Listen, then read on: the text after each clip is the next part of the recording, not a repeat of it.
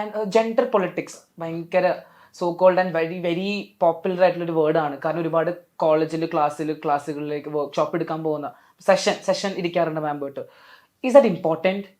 കുട്ടികൾ പഠിച്ചിരിക്കണമോ? മാമിൻ്റെ ഒപ്പീനിയനിൽ എന്താ? ഓക്കെ, പഠിച്ചിരിക്കണം, വേണം. യെസ്.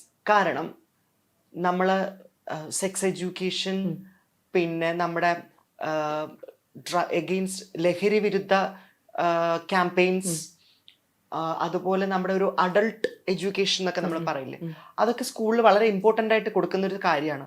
അതുപോലെ ഇമ്പോർട്ടൻ്റ് ആണ് ക്യൂർ അവയർനെസ് എന്ന് പറയുന്നത്. ബിക്കോസ് തൻ്റെ കൂടെ ഇരുന്ന് ബെഞ്ചിലിരുന്ന് പഠിക്കുന്ന കുട്ടിയുടെ മാനസികാവസ്ഥ എന്താണ് എന്നുള്ളത് ഓരോ കുട്ടികളും മനസ്സിലാക്കിയിരിക്കണം. കാരണം ഈ കുട്ടികൾ അത് മനസ്സിലാക്കാതെ ഈ കൂടെ ഇരിക്കുന്ന ഒരു കുട്ടിക്ക് കൊടുക്കുന്ന ട്രോമ, ടോർച്ചറിങ് എന്ന് പറയുന്നത് ലൈഫ് ലോങ് ആണ്. ആ ട്രോമ ഇപ്പോഴും എൻ്റെ ചൈൽഡ്ഹുഡിൽ എൻ്റെ കൂടെ ഉണ്ടായിരുന്ന കൂട്ടുകാർ, എൻ്റെ സഹപാഠികളൊക്കെ എന്നെ കളിയാക്കിയിരുന്നവരാണെങ്കിൽ ഇന്ന് അവരെൻ്റെ ബെസ്റ്റ് ഫ്രണ്ട്സ് ആണ്. ബട്ട് ആ സമയത്ത് അവർ തന്ന ട്രോമ സ്റ്റിൽ ഹോണ്ടിങ് മീ എന്ന് പറഞ്ഞാൽ ആ ഒരു സമയത്ത് തന്നെ, കാരണം ചെറിയ പ്രായമാണ്, നമ്മുടെ മനസ്സിലുണ്ടാക്കുന്ന ആ ഒരു വിഷമം ഇറ്റ്സ് അൺബെയറബിൾ. സോ നമ്മൾ അവരെ എഡ്യൂക്കേറ്റ് ചെയ്യണം. ആ കൂടെ ഇരിക്കുന്ന കുട്ടികളിൽ വേറെ പ്രശ്നമൊന്നും ഇല്ല, ഇറ്റ്സ് നോർമൽ. അവരവരുടേതായ രീതിയിൽ, നിങ്ങൾ എങ്ങനെയാണോ ഇരിക്കുന്നത് അതുപോലെ അവരവരുടേതായ രീതിയിൽ ഇരിക്കുന്നു, നോർമലാണ് എന്നുള്ള ഒരു നോർമലൈസ് ചെയ്യപ്പെടണം. അതുപോലെ തന്നെ ട്രാൻസ്ജെൻഡർ മനുഷ്യർ കണ്ടു കഴിയുമ്പോഴത്തേക്കും അവർ ഏതോ ഇപ്പൊ അങ്ങനെ ഇല്ല കേട്ടോ, ഇപ്പൊ ഒരുപാട് ചേഞ്ച് ആയി. കുറച്ച് മുന്നത്തെ ഞാൻ അപ്പോഴത്തെ കാര്യമാണ് പറയുന്നത്. ഒരു അന്യഗ്രഹ ജീവികളെ അപ്രോച്ച് ചെയ്യുന്ന പോലെ ഉള്ള ഒരു സാഹചര്യമൊക്കെ ഉണ്ടായിരുന്നെന്ന് ഒരുപാട് മാറി വന്നതിൽ ഇനിയും മാറി വരണം. കാരണം എല്ലാ മേഖലകളിലും ഇത് നോർമലൈസ് ചെയ്യപ്പെടണം. ഈവൻ ഒരു ട്രാൻസ്ജെൻഡർ പേഴ്സൺ ചെയ്താൽ പോലും ട്രാൻസ് യുവതി മരിച്ചു, സത്യം, അതങ്ങനെയാണ് പറയണത്.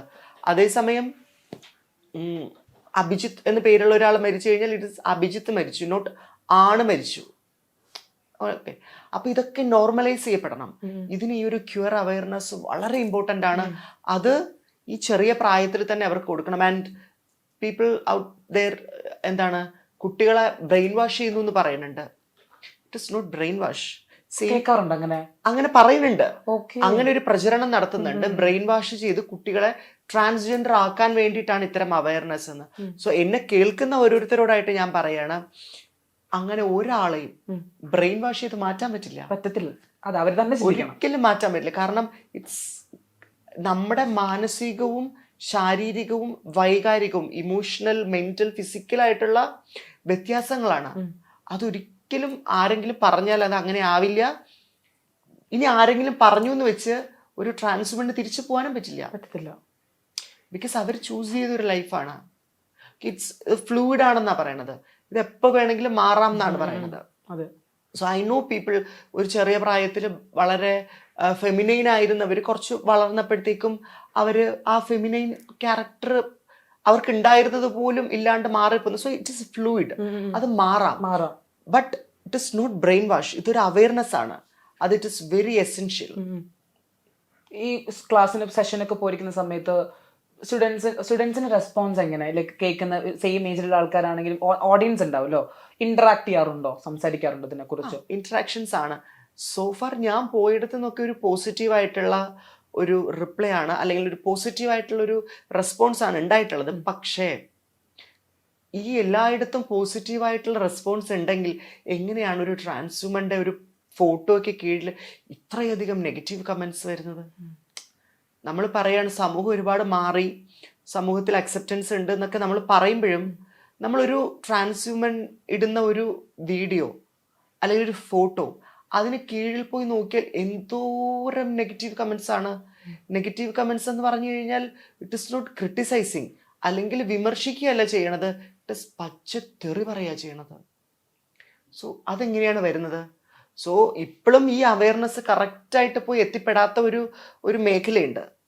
ആ മേഖലയിലെ അവയർനെസ് ചെയ്തെടുക്കാൻ നമ്മൾ ശ്രമിക്കണം. നമുക്കത് സക്സീഡ് ചെയ്യാൻ പറ്റുമെന്ന് അറിയില്ല, ബട്ട് സ്റ്റിൽ നമ്മൾ അത് ശ്രമിക്കണം. നമുക്ക് എന്തായാലും ചെറിയ പ്രായം മുതൽ ഇങ്ങനെ ഒരു ഫീലിങ്സ് വരുമ്പോൾ ഡെഫിനറ്റ്ലി നമുക്ക് വരുന്നത്, ഡെഫിനറ്റ്ലി ഒരു ബോയിനെ കാണുമ്പോൾ നമുക്കൊരു ഫീലിങ്സ് വരും. സോ ചൈൽഡ്ഹുഡിൽ അങ്ങനെ ഒരു ക്രഷ് അങ്ങനെ ആരെങ്കിലും വന്നിട്ടുണ്ടോ? You don't need to reveal the name. അങ്ങനെ ഒരു ഓർമ്മയാണെങ്കിൽ അങ്ങനെ. Okay, I had a crush. Okay. Crush എന്ന് പറഞ്ഞു കഴിഞ്ഞാൽ ഭയങ്കര സ്നേഹമായിരുന്നു. ഓ. എനിക്ക് ഞാൻ പേര് പറയുന്നില്ല. ആൻഡ് ഞങ്ങള് ഒരുമിച്ച് ചെറിയ പ്രായം മുതലേ പഠിച്ചതാണ്. And you know one thing, he had ഒരു ഞങ്ങളുടെ ക്ലാസ്, ഞാൻ 8ാം ക്ലാസ് 9ാം ക്ലാസ്സിലെ കാര്യമാണ് കേട്ടോ ഈ പറയുന്നത്. ഞങ്ങളുടെ തന്നെ ക്ലാസ്സിലുള്ള ഒരു പെൺകുട്ടിയായിട്ട് ഈ ഫ്രണ്ട് സ്നേഹത്തിലാവുന്നു. ഇതൊക്കെ പറയുമ്പോൾ ഇപ്പൊ അവർക്ക് മനസ്സിലാവുന്നു, ഇഷ്ടാവുന്നു. ആൻഡ് എനിക്ക് ഗേൾസ് ആയിരുന്നു കമ്പനീസ്, എന്റെ ഫ്രണ്ട്സ് ഒക്കെ. സോ അവളുടെ ബെസ്റ്റ് ഫ്രണ്ട് ആയിരുന്നു ഞാൻ. And I was like yes, sorry to say that. നല്ലതുപോലെ അവരെ പിരിക്കാൻ വേണ്ടി ഞാൻ ശ്രമിച്ചു. ബട്ട് ദെൻ ദ സ്റ്റോറി അത് പുറത്തേക്ക് വന്നപ്പോഴത്തേക്കും it is like I had crush on her എന്നുള്ളത്. Because at that time, it's not normal. ഞാൻ ആ ഒരു ഏജിൽ ഞാൻ കമ്മൗട്ട് ആയിട്ടില്ലല്ലോ. ബിക്കോസ് എല്ലാവർക്കും അറിയത്തില്ല അറ്റ് ദാറ്റ് ടൈമിൽ ഇങ്ങനെയൊക്കെ ആണെന്നും അറിയില്ലല്ലോ. സോ കഥ പുറത്ത് വന്നപ്പോഴത്തേക്കും എനിക്ക് ആ പെൺകുട്ടിയോട് ഇഷ്ടം കാരണം, ബട്ട് ഇത് ഇപ്പോഴും ആർക്കും അറിയില്ല കേട്ടോ. എനിക്ക് തോന്നുന്നു എന്റെ ഏതോ ഒരു ക്ലോസ് സ്റ്റുഡന്റിന് മാത്രമേ ഈ സ്റ്റോറി അറിയാവുള്ളൂ. ബിക്കോസ് ഞങ്ങളുടെ എല്ലാ ഫ്രണ്ട്സുമായിട്ടുള്ള ഒരു ഗ്യാങ്ങിനകത്തുള്ള ഒരു എന്റെ സ്റ്റുഡന്റ് ആണ്. ഇതിപ്പോ ഞാൻ പബ്ലിക്കായിട്ട് റിവീൽ ചെയ്യുന്നത് ആദ്യമാണ്. ഇത് കേൾക്കുമ്പോൾ എല്ലാവർക്കും മനസ്സിലാവും. ഞങ്ങളെ അറിയുന്നവർക്ക് എല്ലാവർക്കും മനസ്സിലാൻ പറ്റും. ആൻഡ് ഇപ്പൊ നിങ്ങളുടെ ഇതിൽ നിന്ന് പറയുമ്പോ ഇങ്ങനെ ഉണ്ട് അമ്മ മകൾ, അത് it's really nice, good relationship, ബ്ലഡിലല്ലാതെ നല്ലൊരു റിലേഷൻഷിപ്പ് ഉള്ളത്. അതെ, അത് സ്പെഷ്യൽ ആണോ ആക്ച്വലി? അമ്മ മകൾ അഡോപ്റ്റ് ചെയ്യുന്നൊക്കെ പോലെ അതിന്റെ ഒരു സമ്പ്രദായം നമുക്കൊന്ന് പറയാൻ പറ്റുമോ? അതിറ്റ് സ്പെഷ്യൽ ബിക്കോസ് നമുക്ക് കുറെ ആൾക്കാർ നമ്മളെ സറൗണ്ട് ചെയ്യാൻ ഉണ്ട് എന്ന് പറയണത് വലിയൊരു കാര്യമാണെന്ന് എനിക്ക്. സപ്പോർട്ടിനുപരി നമ്മുടെ വിശേഷങ്ങൾ അന്വേഷിക്കാനും കാര്യങ്ങൾ പറയാനും ഒക്കെ കുറെ ആൾക്കാർ. ഇപ്പം ചിലപ്പോൾ ആസ് എ ട്രാൻസ് വ്യൂമൻ എനിക്ക് ഒരു സിസ് പേഴ്സണോട് പറയാൻ പറ്റുന്ന കാര്യങ്ങൾക്ക് ചിലപ്പോൾ ഒരു പരിമിതികൾ ഉണ്ടാവും. ആ കാര്യങ്ങൾ ഡിസ്കസ് ചെയ്യാൻ ചിലപ്പോൾ എനിക്കൊരു ട്രാൻസ് വ്യൂമൻ അല്ലെങ്കിൽ ഒരു ട്രാൻസ് പേഴ്സണോടായിരിക്കും എനിക്കത് കൂടുതലായിട്ട് ഓപ്പൺ അപ്പ് ആവാൻ പറ്റുന്നത്. അവർക്കായിരിക്കും അതിന്റെ എല്ലാ രീതിയിലും മനസ്സിലാക്കാനും ഉൾക്കൊള്ളാനും പറ്റുന്നത്. കാരണം ഒരു സിസ്ജെൻഡർ പേഴ്സൺ ഇപ്പൊ എത്രത്തോളം അതിനെ മനസ്സിലാക്കുമോ നമുക്കറിയില്ല. സോ ആ രീതിക്ക് നോക്കുമ്പോഴത്തേക്കും ഇത്തരം ഒരു ഫാമിലി ഇസ് ഗുഡ്. അത് നല്ല രീതിയിലാണെങ്കിൽ ഇറ്റ് ഇസ് ഗുഡ്. അതെ, എല്ലാത്തിനും ചീത്ത നല്ല എല്ലാത്തിനും രണ്ട് വശങ്ങളുള്ള. അങ്ങനെ ഇങ്ങനെ ആഗ്രഹം ഉണ്ടായിരുന്നോ? സർജറി ചെയ്യുന്ന സമയത്ത് എനിക്ക് കുറെ ഹെയർ വേണം, ഷോർട്ട് ഹെയർ വേണം, അങ്ങനെ പ്ലാൻഡ് ആയിരുന്നോ എല്ലാം? എനിക്ക് ഇങ്ങനെ ഒരു ഒറയിൽ എനിക്ക് നടക്കാനാണ് ആഗ്രഹം, അങ്ങനെ എട്ടായിരം എനിക്ക് ഇങ്ങനെ നടക്കാം, അങ്ങനെ പ്ലാൻഡ് ആണോ ആക്ച്വലി?